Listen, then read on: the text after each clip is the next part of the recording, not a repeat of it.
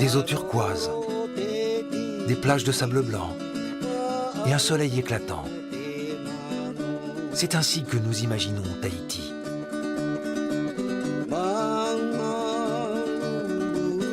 L'île de Tahiti fut découverte au milieu de l'immensité de l'océan Pacifique il y a près de 250 ans.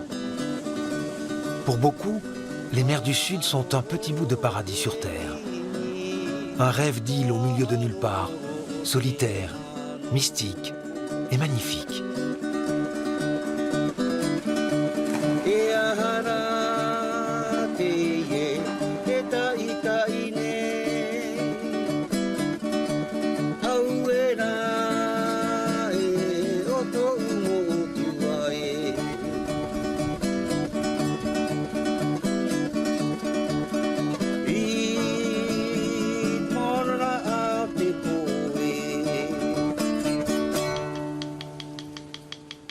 Le mot tatouage vient du mot tahitien tatau, qui décrit le bruit que produit la technique traditionnelle à la main. Le tatouage est né ici, à Tahiti, et dans les îles du Sud. James Samuela pratique la méthode de toujours avec un peigne, un bâton et de l'encre. Beaucoup de touristes se laissent tenter. Dans ce coin du globe, le tatouage est ancré dans la tradition. Les tatoueurs sont des artistes reconnus. Ils impriment pour l'éternité la vie des Tahitiens sur leur peau. Les tatouages retracent toutes les étapes de leur vie. La naissance, la mort, le mariage, les joies et les peines.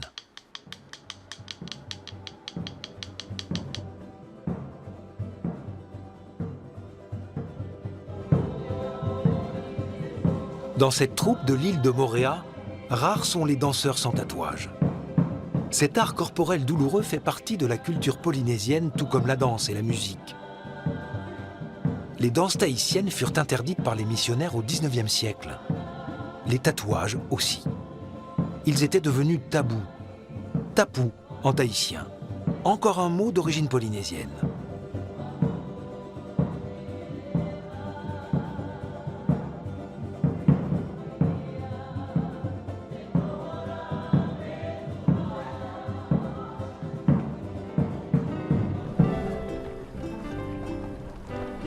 Depuis quelques années, les îles connaissent une renaissance des valeurs et des traditions polynésiennes.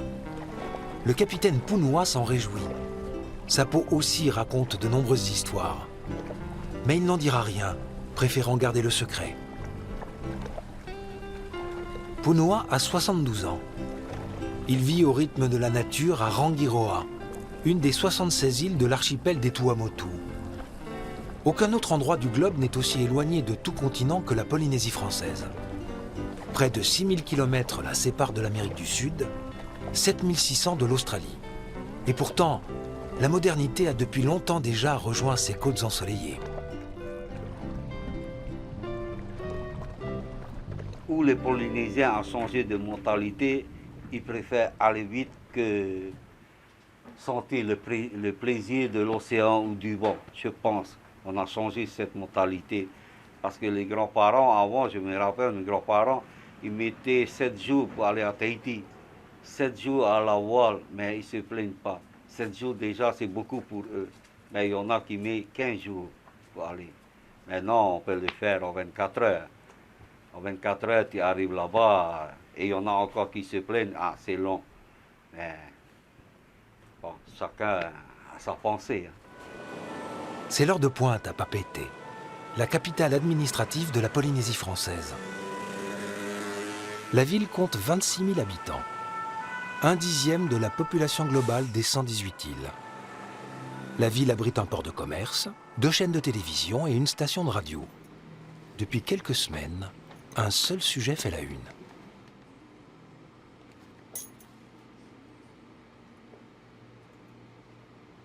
Il est 15h sur Énergie. Bonjour à toutes les auditrices et auditeurs. Bienvenue dans My Énergie.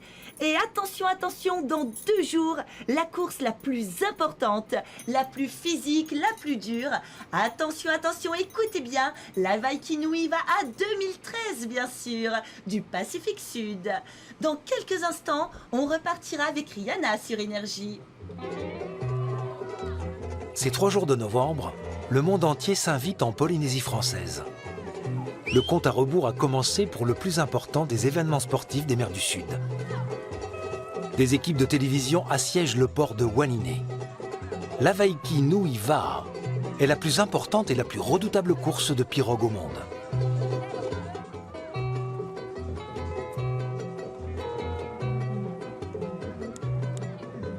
Dans le Pacifique, les courses de Va'a, les pirogues traditionnelles, suscitent la même vénération que le foot en Europe. Ces champions sont des stars, adulés des Polynésiens.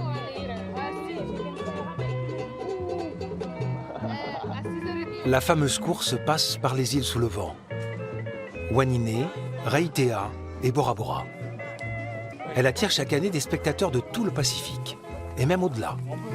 C'est le Super Bowl des mers du Sud. Plus d'une centaine d'équipes sont présentes, soit plus de 2000 athlètes du monde entier.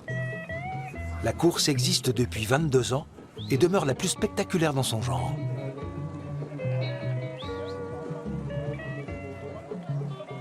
Sur Terre, il n'y a pas d'autres courses comme Hawaii Nui.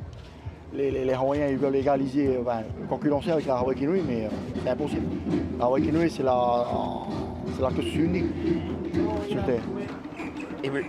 Tous les Tahitiens qui pagaient rêvent de participer un jour à l'Avaiki Nui. C'est la plus grande course du monde. La cérémonie d'ouverture met à l'honneur les coutumes polynésiennes. La pirogue et la navigation ont une longue tradition sur ces îles. Et c'est une affaire d'hommes. La société polynésienne est patriarcale et a toujours été dominée par les hommes. L'histoire de l'Avaiki Nui est aussi une histoire d'amitié. Chaque année, le maître de cérémonie la raconte.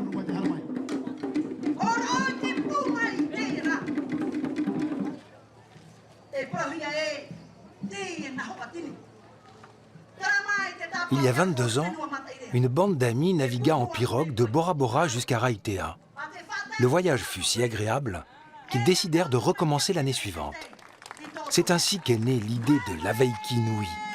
Par pur plaisir au départ, l'esprit de compétition ne vint que plus tard.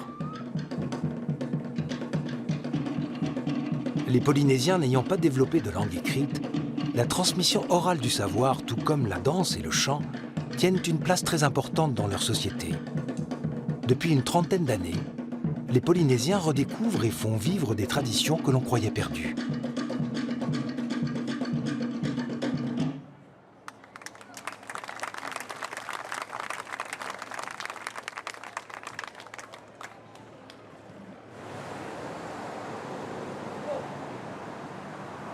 Estelle Anani, l'animatrice radio, a elle aussi recours aux traditions.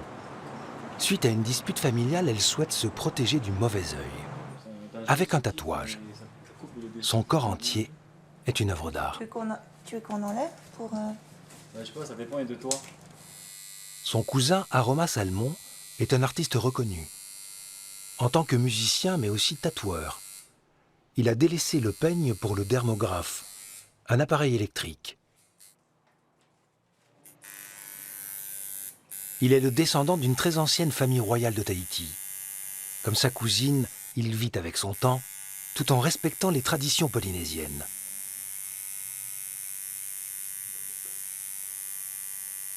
Tandis qu'Aroma ne porte que des tatouages traditionnels, Estelle mélange les styles.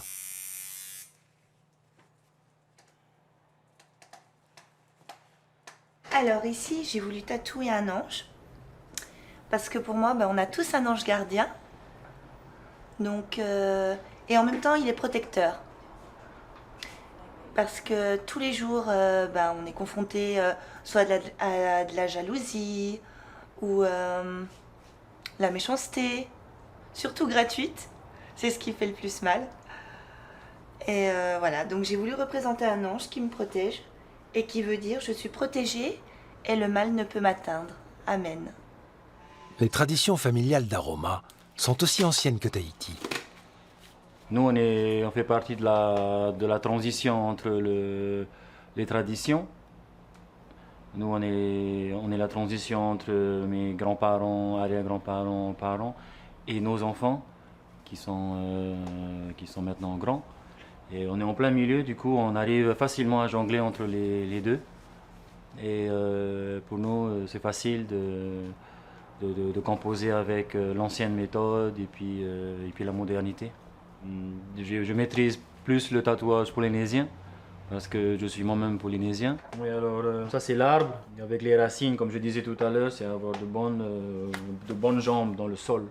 Comme ça, on reste solide. Avec le tronc, c'est ça alors. Et puis par le sommet, c'est l'âme qui s'élève le plus près des cieux du divin. Et ça, c'est la porte. Les portes, j'ai mis 4 portes autour. Nord, sud, ouest, est. 4 points cardinaux. Ça, c'est pour mon frère et moi. On prend les portes et on passe directement en haut. Et dans le dos, là, j'ai un tigui pour avoir des yeux dans le dos. Comme ça, je vois devant, mais je peux aussi voir derrière. Le capitaine Punua construit des bateaux en contreplaqué. Les 2 villages de Rangiroa en ont commandé 6 chacun. Punua n'a pas assez d'argent pour utiliser d'autres matériaux. Mais qu'importe, ils rempliront leur fonction. C'est pour ça que je voulais montrer un peu aux jeunes. C'est maintenant qu'il faut les donner. Il ne faut pas attendre après si je ne pourrai plus monter sur les pirogues. Ouais, c'est ça. C'est pour ça que je voulais maintenant essayer de construire et apprendre aux jeunes à naviguer. Et donner le savoir que je connais. Voilà. Des bâches en plastique font office de voile. Pour l'instant, il faudra s'en contenter. Jadis, les Polynésiens étaient les maîtres incontestés de la construction navale. Une tradition multimillénaire qui a failli disparaître à cause des puissances coloniales et des missionnaires qui avaient interdit à leur sujet les voyages en haute mer. Il a fallu attendre les années 80 pour que la construction des bateaux, mais aussi la danse et l'art du tatouage renaissent. Les navigateurs de l'ancienne école ne sont plus très nombreux. Punua est l'un d'entre eux, un capitaine hors pair. Je sais que mes grands-parents, mes parents, ils ont navigué peut-être aussi comme moi. Ils ont appris tout seuls. Moi, j'ai quelques repères. De savoir que je connais mes repères, je crois que j'ai au moins une dizaine d'étoiles que je connais. Je ne veux pas dire que je suis un des meilleurs, mais j'ai quand même mes repères dans le ciel. Et aussi mes repères sur le soleil et la lune. Mes repères aussi sur la direction du vent et la houle. C'est un peu ça que j'ai appris de moi-même. Moi, j'ai des repères avec les îles hautes. Parce qu'avec les îles hautes, il y a la masse gris qui se regroupe et ça fait un champignon. Par contre, dans les îles Tuamotu, c'est ce que je viens de dire, c'est le reflet du lagon. Nous, on dit ça le paou. Et il y a d'autres qui disent le tairoto. C'est le reflet du lagon qui est dans cette nuage et que tu vois la couleur turquoise. Et ça, moi, je sais qu'il y a quelque chose là, c'est-à-dire il y a une île devant moi. Même si dans les Tuamotu, nous, on sait que l'eau est salée. Mais par rapport à Tahiti, c'est une île haute avec des rivières, des cascades. Peut-être il y a un peu de changement de salé ou bien amer, et saumâtre. Sachant interpréter le vent et les vagues comme nul autre peuple, les Polynésiens sont parfaitement capables de s'orienter à travers l'immensité des mers du Sud. Sans langue écrite ni carte, ils ont transmis durant des millénaires leur savoir d'une génération à l'autre.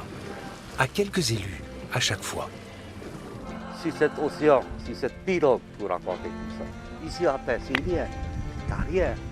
Tu peux raconter toute ta vie, mais il n'y a pas le bon son dedans. Il n'y a pas. Mais quand tu es dans l'océan, oui. Voilà, on va commencer. Dans sa pratique d'enseignant, Punua utilise des cartes modernes qui n'existaient pas avant, à l'époque où les Polynésiens avaient la carte du ciel en tête. Ils connaissaient pas loin de 300 étoiles et constellations, un travail de mémorisation titanesque. Pour seul support, ils utilisaient parfois une carte rudimentaire faite de baguettes. Un aide-mémoire en quelque sorte.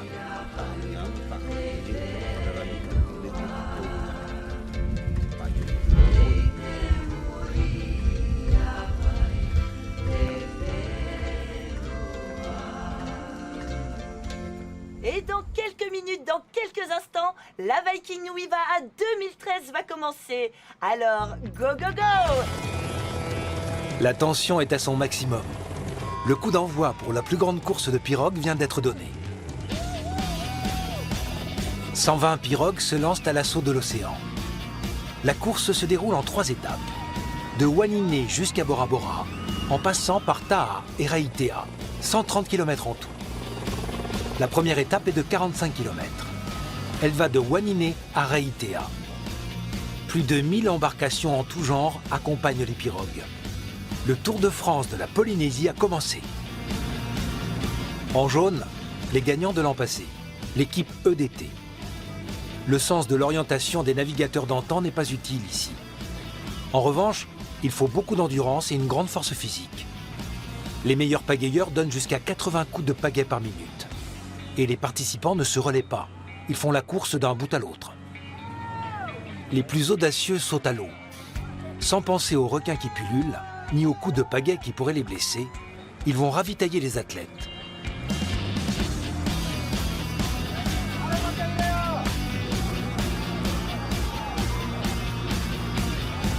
En général, les Polynésiens ont une longueur d'avance sur le reste du monde.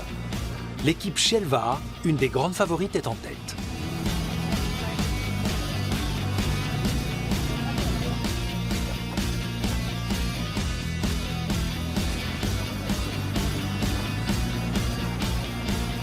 L'équipe OPT vient compléter le trio des vainqueurs possibles.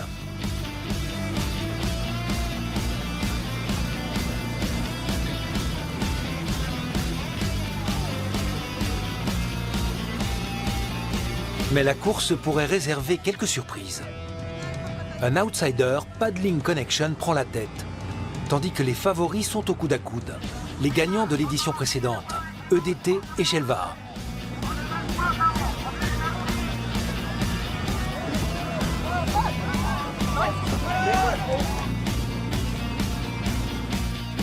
Mais Paddling Connection ravit la victoire aux grandes stars des mers du Sud. Avec courage et passion, les 6 amis franchissent l'arrivée après 3h30.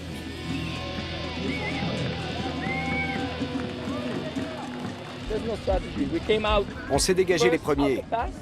Il n'y avait personne derrière nous, mais on n'a pas fait attention à ça. On a pensé qu'à la course.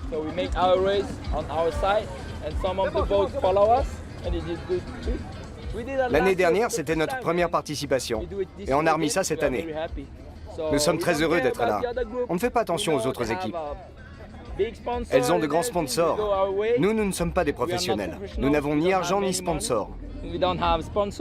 Mais nous sommes bons. Une équipe française participe depuis des années à la course. Elle n'est jamais classée parmi les meilleurs, mais qu'importe. L'essentiel est de participer.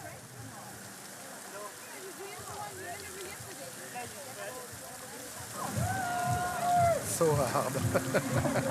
C'était dur. La chaleur, ça nous a posé vraiment de gros problèmes.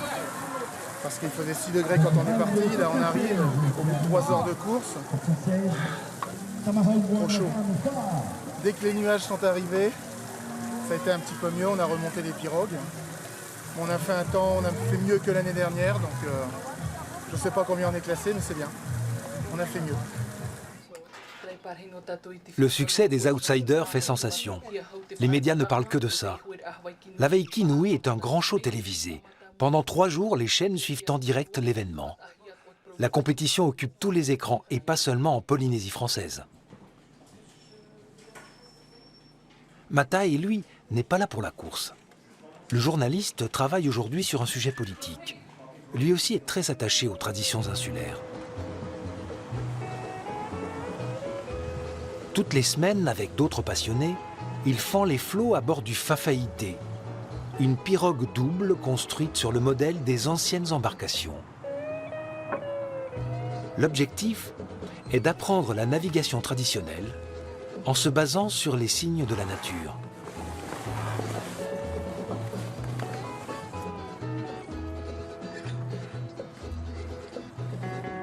La pirogue est faite en fibre de verre et dans un bois polynésien très dur. Sur le bateau, Matai enseigne l'astronomie.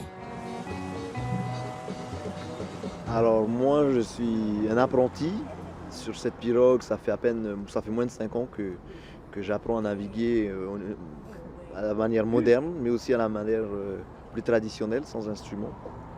Mais dès qu'on apprend quelque chose, dès qu'on a acquis quelque chose, on nous a toujours dit de partager, c'est-à-dire de redistribuer, de redonner à chaque fois.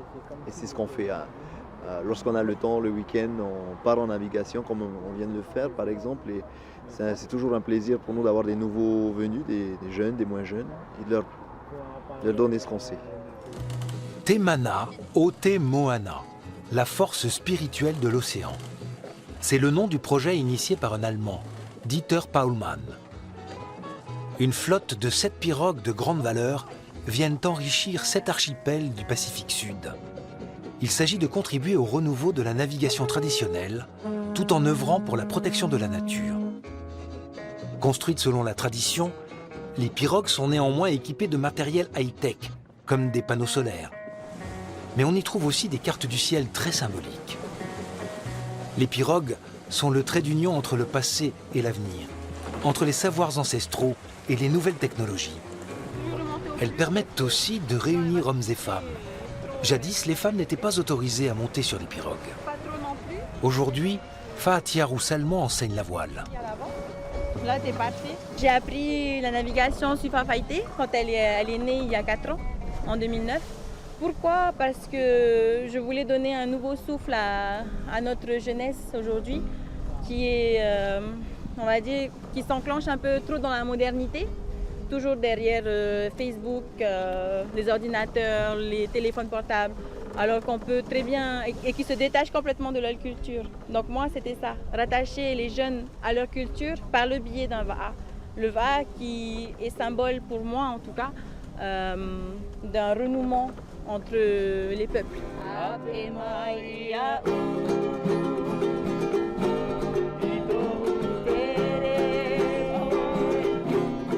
Les chants parlent de navigateurs héroïques et de la beauté des mers du Sud.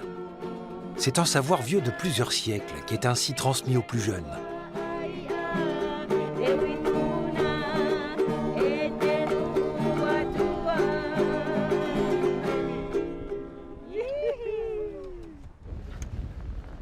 Starter vert! La deuxième étape de la course est lancée. Au programme du jour, 28 km entre Raitea et Taha. C'est la plus courte des 3 étapes.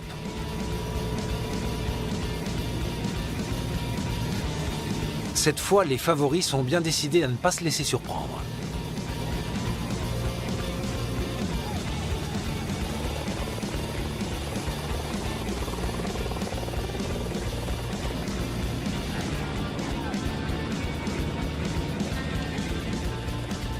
L'équipe Paddling Connection porte le maillot jaune, celui du leader. Mais elle a plus de mal à faire la course en tête. Polynésiens et touristes sont toujours aussi nombreux à suivre la compétition. Il faut dire que l'Avaiki Nui n'est pas seulement la course la plus difficile, mais aussi la plus spectaculaire. Des télévisions du monde entier sont là. De France, de Nouvelle-Zélande, d'Australie, du Brésil.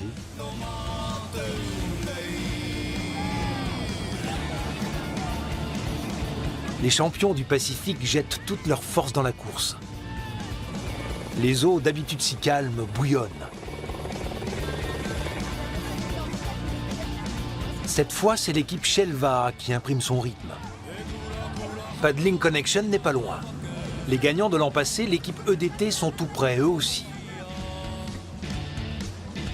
Au bout de 15 km, les 6 amis de Paddling Connection craquent, visiblement à bout de force.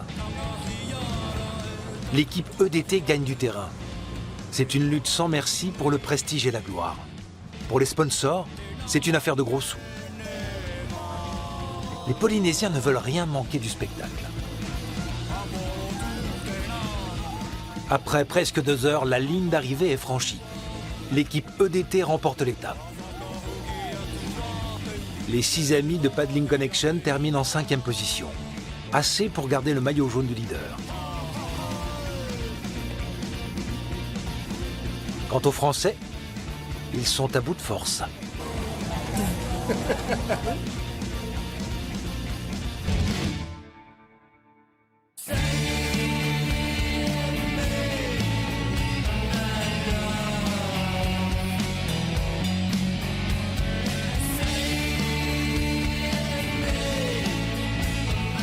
Insaisissables, rebelles, sauvages, tels sont les rockers de Polynésie française.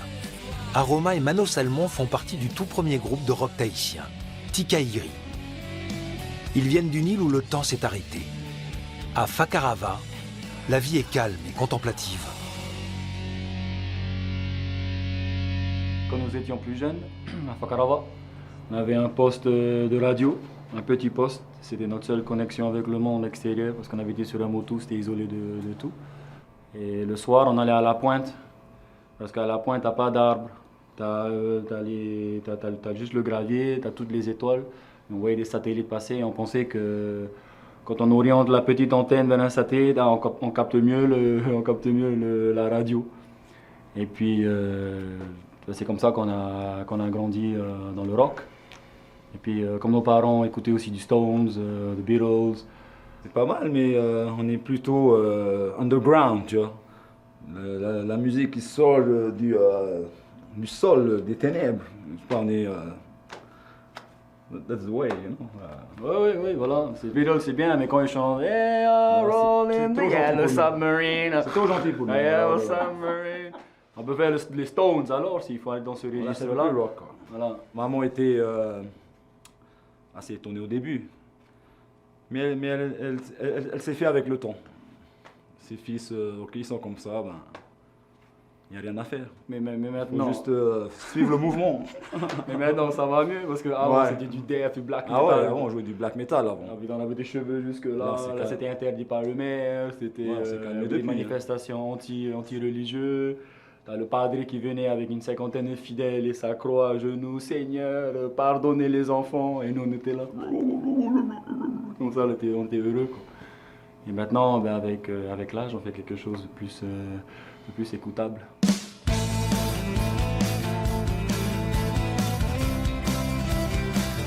Ce sont de drôles d'oiseaux, mais ils respectent les traditions.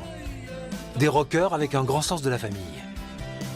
La musique est moderne, mais ils chantent dans leur langue traditionnelle, le Paumotu. Bienvenue à Tahiti au XXIe siècle. Ici, le passé et le présent se croisent et se respectent.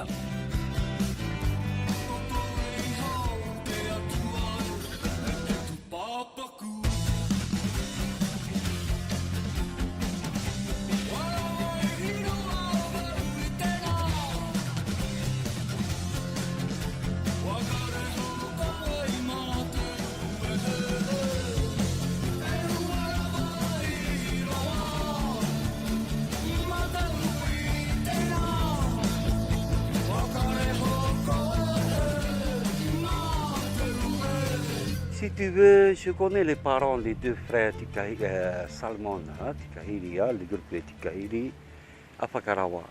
Je connais bien le papa, le père, Manhi Salmon.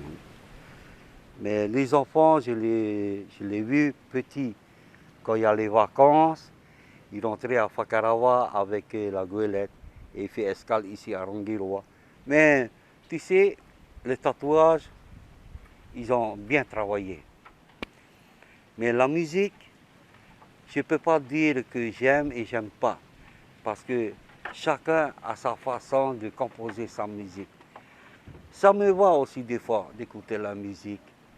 Tu vois, c'est un peu mondain, différent. Mais ils ne parlent pas beaucoup dans la musique. C'est ça que j'adore. C'est la plage préférée de Punua. Il a toujours habité ici. Une vie entière à l'unisson de la nature. Aremaru, Arepapu. Va lentement, va posément. C'est la devise du capitaine. Son amour pour l'océan a déterminé sa vie et celle de son fils. Tous deux sont très attachés à la nature environnante. et à sa beauté.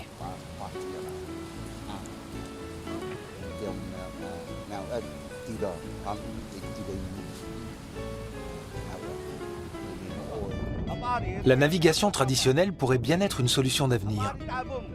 Un nouveau système de transport permettrait aux insulaires de voyager plus facilement d'île en île, et surtout à moindre coût, car ici le carburant est cher et pèse lourd dans le budget des familles. L'objectif est de rapprocher les habitants de l'océan, de les inciter à intégrer davantage le développement durable dans leur mode de vie. Il faut préserver ces paysages paradisiaques, où l'homme ne semble pas encore avoir laissé d'empreinte.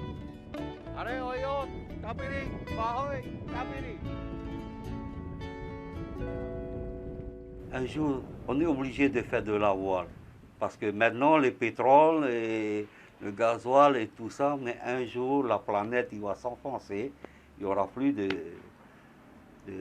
pétrole, peut-être avec le soleil, mais pourquoi pas avec le vent. On va naviguer un peu avec le vent. Comme ça, tu n'as pas de bruit, tu n'as pas d'odeur de gasoil, tu sens que la mer et le vent. C'est agréable ça. C'est le 3e jour de compétition. La dernière étape de l'Avaiki Nui, la plus longue et la plus difficile.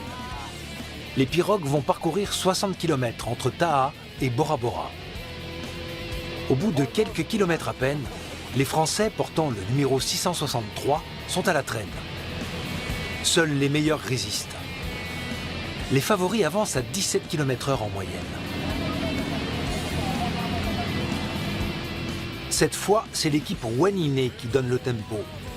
Il faut un sacré niveau pour rester dans la course. La mer est agitée et les vagues très hautes. Les 6 amis de Paddling Connection sont là aussi. Ils se battent vaillamment.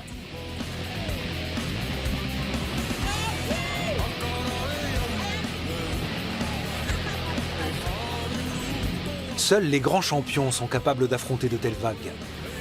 Il faut leur résister, mais aussi surfer sur elles pour espérer avoir une chance de terminer sur le podium.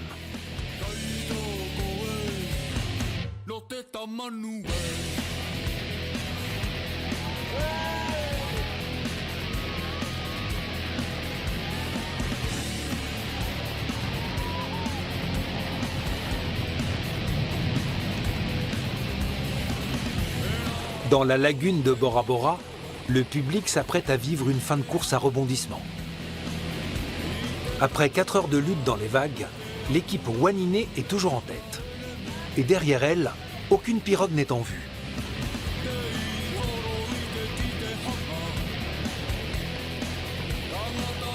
Mais Paddling Connection fournit un effort surhumain. Et peu avant l'arrivée, gagne du terrain. Mètre par mètre, il rattrape l'autre pirogue. Devant des milliers de personnes ébahies, ils passent en tête.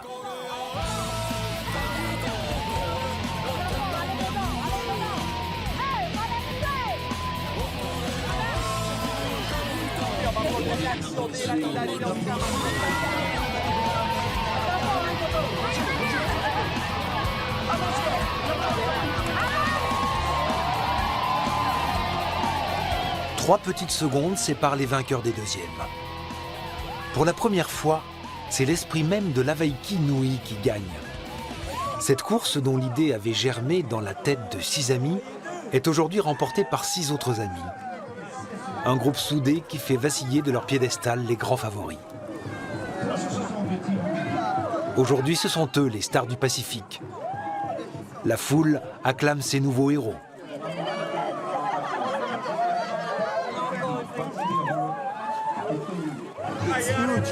C'est génial de gagner l'Avaiki Nui. Incroyable. Il n'y a pas de mots. L'équipe, tous les partenaires, nos familles qui nous ont soutenus, ils ont tous contribué à cette victoire. On est tellement heureux. Ce soir, on va faire une sacrée fête. Les favoris ont du mal à retenir leurs larmes. Ils se sont entraînés toute l'année pour la course qui se termine sans gloire pour eux. L'équipe française arrive 2h30 après les vainqueurs. Les visages sont marqués.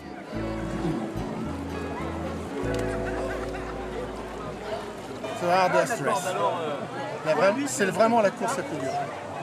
La dernière étape, 5h30 de course, avec la chaleur, les conditions.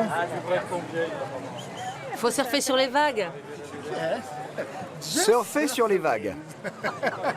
Just amazing. Non, c'est vraiment difficile.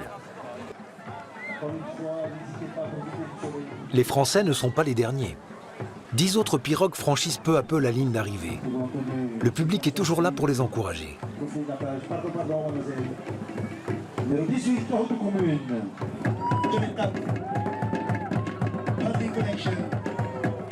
Les 6 amis de Paddling Connection montent sur le podium. La joie et la fierté se lisent sur leurs visages. Ils ont gagné des étapes et la course. Un rêve accompli.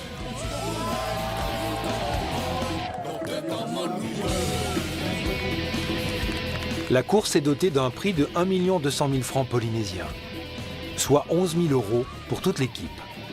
Ce n'est pas grand-chose vu le travail fourni en amont par ces hommes, mais qu'importe. La Waikinui n'est vraiment pas une affaire d'argent.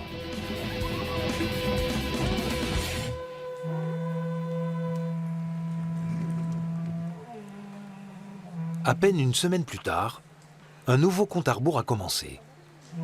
Cette fois, dans les montagnes de Tahiti.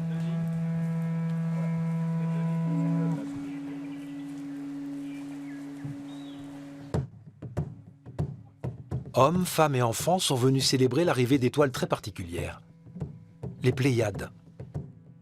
Ils viennent de toutes les îles du Pacifique, de Nouvelle-Zélande, de l'île de Pâques, des îles australes, de l'archipel des Tuamotu. C'est sur ce marae, un des nombreux lieux de cérémonie de l'île, qu'a lieu l'accueil des Pléiades. Pour les Polynésiens, qui les appellent Matahari, leur apparition marque un nouveau cycle d'abondance. Punua a navigué 2 jours et 2 nuits pour assister à cette cérémonie qui le relie à ses ancêtres. Pour la navigation aussi, la constellation des Pléiades est importante. Son apparition peu avant l'aurore marque le début d'une nouvelle année, le signal du changement et du renouveau.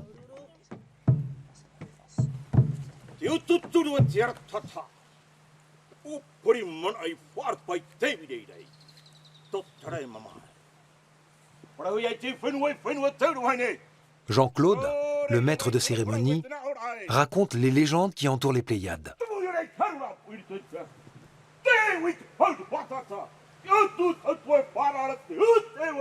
Jean-Claude est professeur. Il enseigne l'art de la navigation et l'astronomie à l'université de Tahiti. Il sait qu'un marae est bien plus qu'un lieu physique où se déroulent les cérémonies. Tous les marais sont considérés comme des pirogues. C'est la transposition de la pirogue sur la terre. Et dans les marais, on retrouve tout ce qu'on a sur la pirogue. On retrouve le mât, on retrouve les pagaies sur les marins. On retrouve les personnages, c'est-à-dire le personnage important de la pirogue. On retrouve le balancier sur la pirogue, enfin sur le marin. Et on retrouve justement les étoiles aussi sur le marin. Les étoiles, Anna, donc ces étoiles qui permettent de naviguer du nord au sud, ce sont ces étoiles-là que l'on retrouve sur les marins. Alors pourquoi ce sont ces étoiles?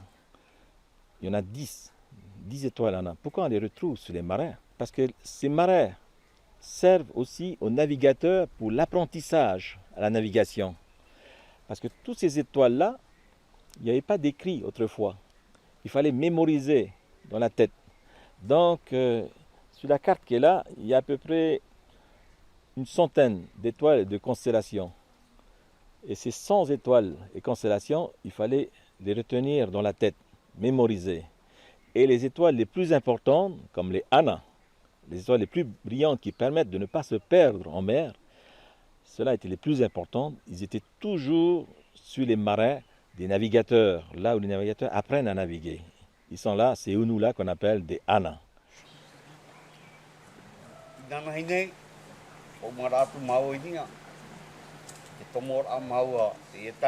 Punua est ému. C'est la première fois qu'il assiste à la fête des Pléiades.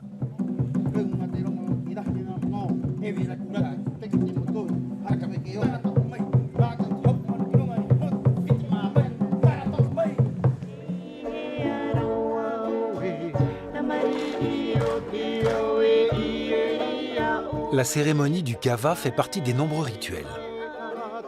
Traditionnellement, seuls les hommes buvaient cette boisson à base de racines de kava. Aujourd'hui, les femmes aussi ont droit à ce breuvage aux nombreuses vertus médicinales.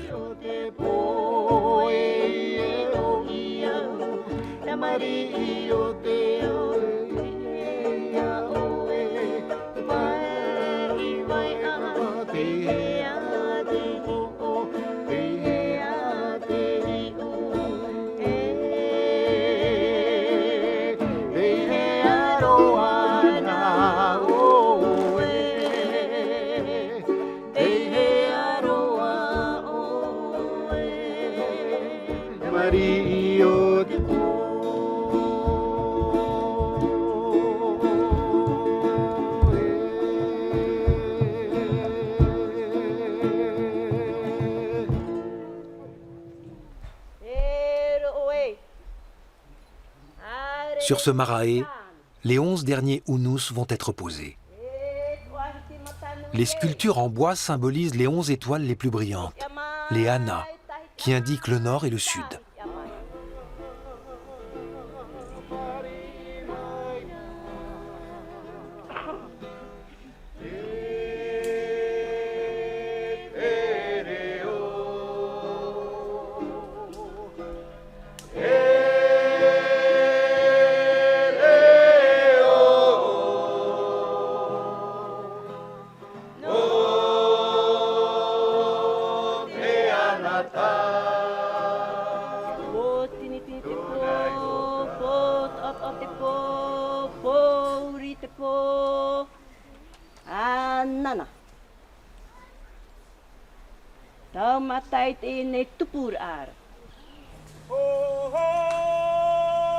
À cet endroit de la planète, il existe désormais 2 mondes en un. La Polynésie française est en pleine mutation. Elle est prête pour le temps de l'abondance et du renouveau.